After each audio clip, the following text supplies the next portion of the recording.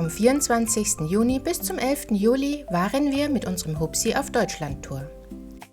Auf rund 2200 Kilometern entdeckten wir 7 besondere Orte in 6 Bundesländern. Unter dem Motto Fachwerk, Wasser und Panorama nehmen wir euch mit zu den schönsten Momenten unserer Reise. Im letzten Teil waren wir an der Ostsee unterwegs und erkundeten Kühlungsborn. Unser 4. Reiseziel führt uns nach Lübeck.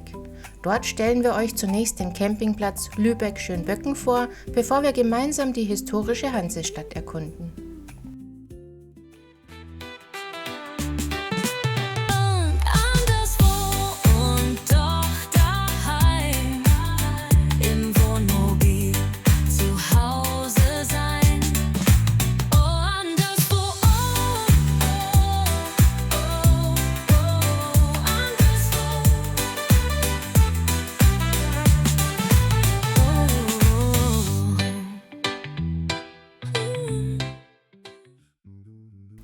Am Donnerstag gegen 9:30 Uhr verließen wir den Campingpark Kühlungsborn und nahmen Kurs auf Lübeck.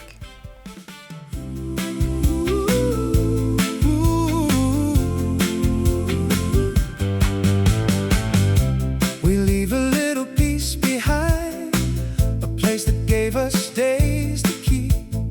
So many moments, so much laughter, so many memories running deep. We took our time, we shared the good, we watched the days just come and go. And even though we're leaving now, there's still so much we want to know. So here we are, ready again to see what awaits around the bend.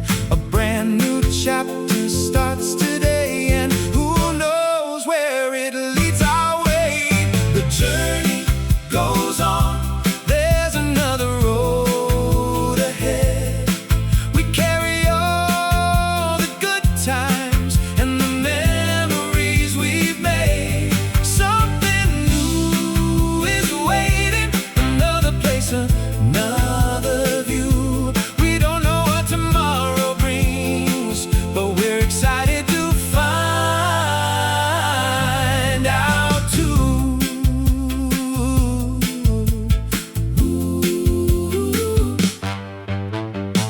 The last few days will stay with us. In little moments we remember the smiles, the laughs, the things we share, the kind of days that last forever. Now there's another place to find, another story waiting there. We leave with nothing left behind except the footprints of our time. And maybe that's what makes it special. One good place leads to another. We say goodbye with grateful hearts and look ahead together. Nach etwa 115 Kilometer und einer Fahrzeit von gut 1,5 Stunden erreichten wir den Campingplatz Lübeck-Schönböcken. Hier hatten wir für 2 Nächte im Voraus einen Stellplatz reserviert. Unser Aufenthalt begann allerdings etwas anders als erwartet. Laut Buchungsbestätigung ist die Anreise ab 12 Uhr möglich und wir waren etwas zu früh dran. Solche Situationen lassen sich auf einer Wohnmobilreise nicht immer vermeiden und wir sind auch in der Vergangenheit schon öfter etwas früher auf Campingplätzen angekommen. Bisher war das allerdings nie ein Problem. An der Rezeption wurde ich zur Begrüßung zunächst sehr deutlich darauf hingewiesen, dass wir zu früh seien. Ich erklärte den Grund und fragte, wo wir bis zur offiziellen Anreisezeit am besten warten könnten. Statt eine einfache Antwort zu erhalten, fühlte sich das Gespräch für mich zunehmend wie eine Befragung an. Von welchem Campingplatz kamen wir und welche Abreisezeiten gelten dort? Anschließend wurde meine Aussage sogar auf der Webseite des vorherigen Platzes geprüft. Dabei wurde erwähnt, dass man ja die eigene Abreisezeit auch vorverlegen könnte, wenn auf anderen Campingplätzen bereits um 10 Uhr ausgecheckt werden muss. Diese Reaktion empfand ich als ausgesprochen unangemessen. Ehrlich gesagt war ich in diesem Moment völlig perplex und wusste gar nicht, was ich noch darauf sagen sollte. Dabei war der vordere Bereich des Campingplatzes nahezu leer. Selbst wenn unser reservierter Stellplatz noch nicht frei gewesen wäre, hätte es aus unserer Sicht genügend Möglichkeiten gegeben, die Wartezeit unkompliziert zu überbrücken. Letztendlich konnten wir unseren Stellplatz sogar direkt beziehen. Dennoch blieb bei uns das Gefühl zurück, nicht wirklich willkommen zu sein. Und das ist schade, denn gerade der erste Eindruck hat großen Einfluss darauf, wie man einen Aufenthalt wahrnimmt. Wir waren übrigens so irritiert von der Begrüßung, dass wir auf dem Campinggelände nur sehr wenige Fotos machten. Doch nun zurück zum Platz. Er befindet sich am Stadtrand, etwa 4 Kilometer von der historischen Altstadt entfernt. Die Sanitäranlagen sind schon etwas in die Jahre gekommen und für die Duschnutzung fallen zusätzliche Kosten über Wertmarken an. Insgesamt wirkt der Platz eher zweckmäßig als einladend. Hinzu kommen einige sehr strenge Vorgaben, beispielsweise bezüglich der Positionierung und Aufstellung der Fahrzeuge. Auch die Grauwasserentsorgung empfanden wir mit unserem Wohnmobil als umständlich. Statt eines Bodeneinlasses muss hier eine Konstruktion mit Schlauch unter dem Fahrzeug platziert werden. Mit 40,50 € pro Nacht inklusive Hund empfinden wir den Preis für das Gebotene als etwas zu hoch. In den Bereichen Freundlichkeit und Ausstattung sehen wir doch noch deutliches Verbesserungspotenzial. Der größte Pluspunkt des Platzes ist aus unserer Sicht die relative Nähe zu Lübeck. Positiv war auch, dass wir bei der Ankunft einen Stadtplan und einen Busfahrplan erhielten. Die Haltestelle befindet sich direkt vor dem Platz und ermöglicht eine gute Verbindung in die Innenstadt. Gleich nachdem wir unseren Stellplatz bezogen hatten, nutzten wir diese Möglichkeit. Etwa 20 Minuten dauerte es mit der Linie 2 bis zum Holstentorplatz. Dort angekommen, standen wir nun vor dem wohl bekanntesten Wahrzeichen Lübecks, dem Holstentor. Das imposante Backsteintor entstand im 15. Jahrhundert als Teil der mittelalterlichen Stadtbefestigung. Seine mächtigen Türme und die bis zu 3,50 Meter dicken Mauern sollten die Stadt vor Angriffen schützen. Was heute so selbstverständlich wirkt, wäre beinahe verschwunden. Im 19. Jahrhundert gab es tatsächlich Pläne, das inzwischen stark verfallene Tor abzureißen. 1863 entschied sich die Lübecker Bürgerschaft jedoch mit nur einer Stimme Mehrheit für den Erhalt. Anschließend wurde das Bauwerk grundlegend restauriert. Heute ist das Holstentor nicht nur ein Wahrzeichen Lübecks, sondern beherbergt auch ein Museum zur Geschichte der Stadt und ihrer Bedeutung als Handelsstadt.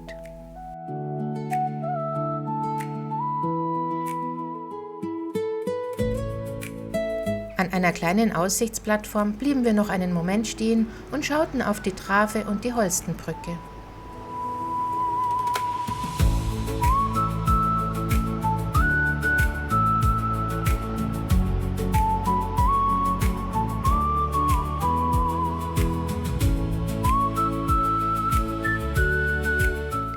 Dann fiel unser Blick auf die Salzspeicher.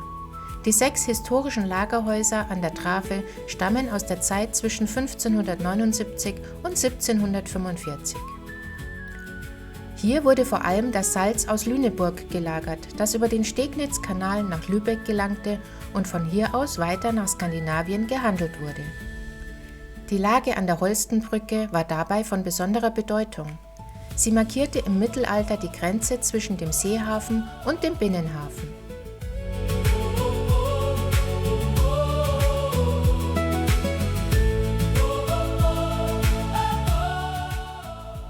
Weiter ging unser Weg entlang der Promenade an der Obertrave.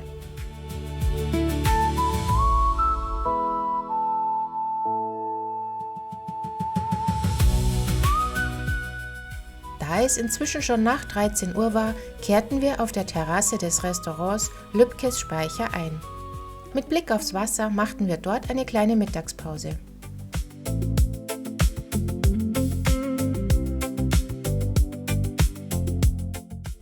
Nach dem Essen ging unser Stadtbummel weiter. Leider hatte es inzwischen zu regnen begonnen. Durch die enge Kopfsteinpflastergasse Kolk ging es vorbei am Figurentheater und Museum. Der ungewöhnliche Name Kolk kommt aus dem Niederdeutschen und bezeichnet eine Wasseransammlung. An dieser Stelle verlief früher tatsächlich einmal ein kleiner Bach.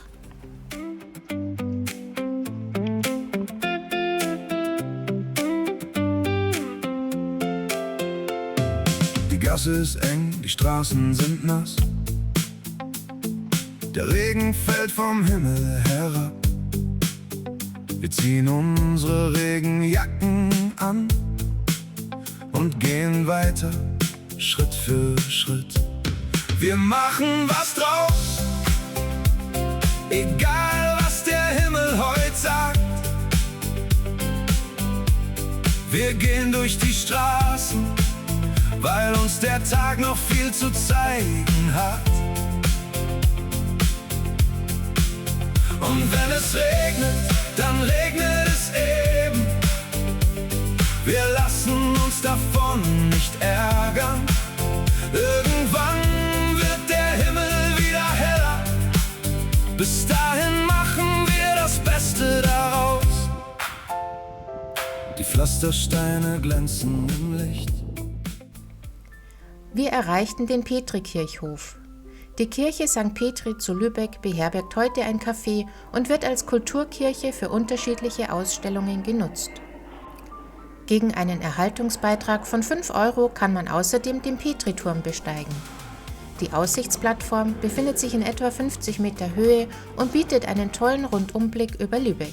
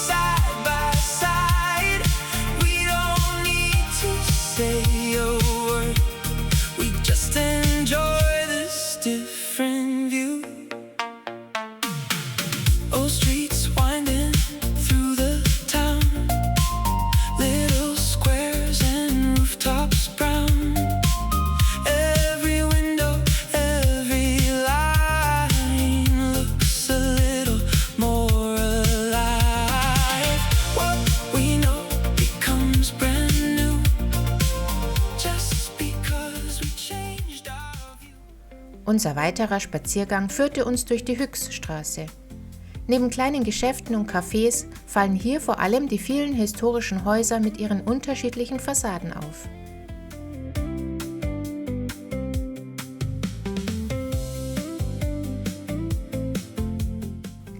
Danach ging es ins Ägidienviertel, in dem auch das ehemalige St. Annenkloster liegt.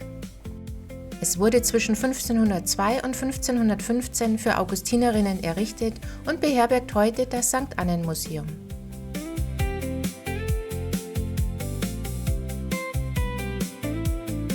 Von dort führte unser Weg weiter zum Lübecker Dom. Etwa 1160 ließ Herzog Heinrich der Löwe im Süden des Stadthügels eine hölzerne Kirche errichten. Wenige Jahre später entstand an ihrer Stelle der heutige Dom, dessen Grundstein 1173 gelegt wurde. Beim Luftangriff auf Lübeck 1942 erlitt der Dom schwere Schäden. Große Teile der Ausstattung gingen verloren, die Gewölbe stürzten ein und auch die Paradiesvorhalle lag in Trümmern. Der Wiederaufbau zog sich über Jahrzehnte hin. Dabei fanden auch erhaltene historische Bauteile wieder ihren Platz. Vorbei am Zeughaus, das ursprünglich als Kornspeicher genutzt wurde, und der Propsteikirche Herz Jesu ging es weiter über den Pferdemarkt. Dort stehen einige schöne Bürgerhäuser aus der Gründerzeit, deren aufwendig gestaltete Fassaden sofort ins Auge fallen.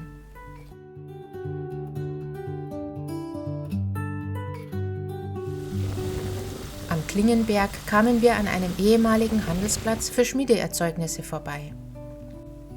Der Name hat allerdings vermutlich nichts mit Klingen oder Waffen zu tun, sondern geht auf eine frühere, klingende Quelle zurück. Heute präsentiert sich der Platz modern mit einem Wasserspiel.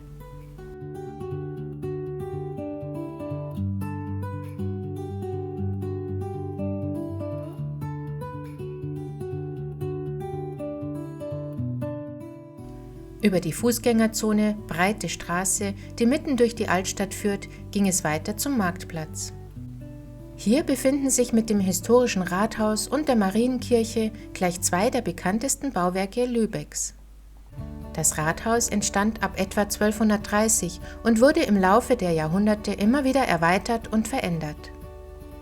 Die Marienkirche mit ihren beiden hohen Türmen prägt das Stadtbild und gehört zu den bedeutendsten Kirchen Nordeuropas. Direkt am Marktplatz befindet sich auch das berühmte Niederegger Arkadencafé. Natürlich ließen wir uns einen Besuch nicht entgehen.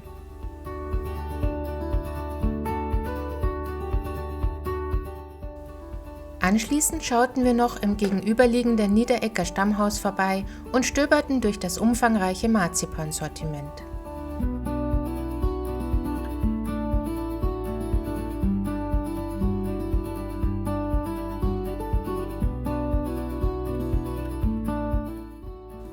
Da es inzwischen wieder zu regnen begonnen hatte, beschlossen wir, unseren Rundgang zu beenden und uns auf den Rückweg zur Bushaltestelle zu machen.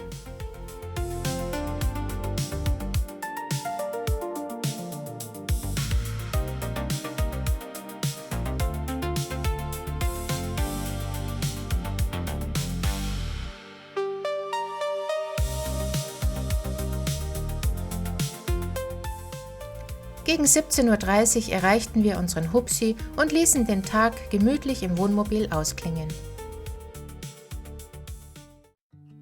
Für Freitag war in Schleswig-Holstein erneut Regen vorhergesagt und wir beschlossen, unsere Reise einen Tag früher als geplant fortzusetzen. Wir hatten uns Lübeck ehrlich gesagt anders vorgestellt. Auf diese Stadt hatten wir uns im Vorfeld besonders gefreut und große Erwartungen gehabt. So richtig überzeugen konnte sie uns allerdings leider nicht. Ob es am wechselhaften Wetter, dem eher ungünstigen Start auf dem Campingplatz oder vielleicht auch daran lag, dass wir uns von Lübeck zu viel versprochen hatten, können wir im Nachhinein gar nicht genau sagen. Da wir auch mit dem Campingplatz Schönböcken nicht wirklich warm geworden sind, sahen wir in einer weiteren Nacht keinen wirklichen Mehrwert. Den Verlust der bereits bezahlten zweiten Nacht nahmen wir dabei bewusst in Kauf. Für unser nächstes Etappenziel sah die Wettervorhersage deutlich besser aus, zumindest für die nächsten beiden Tage. Da anschließend auch dort wieder schlechteres Wetter angekündigt war, nutzten wir die Gelegenheit und fuhren schon einen Tag früher nach Goslar im Harz. Was wir dort erlebt haben, erzählen wir euch im nächsten Teil unserer Videoreihe. Wir freuen uns, wenn ihr auch dann wieder mit dabei seid.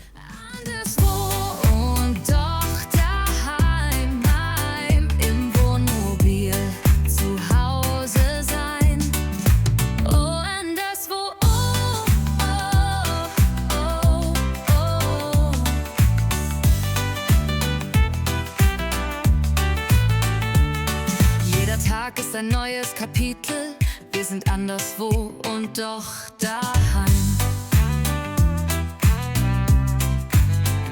Wir folgen den Pfaden, die das Herz uns weist und finden das Glück, wohin wir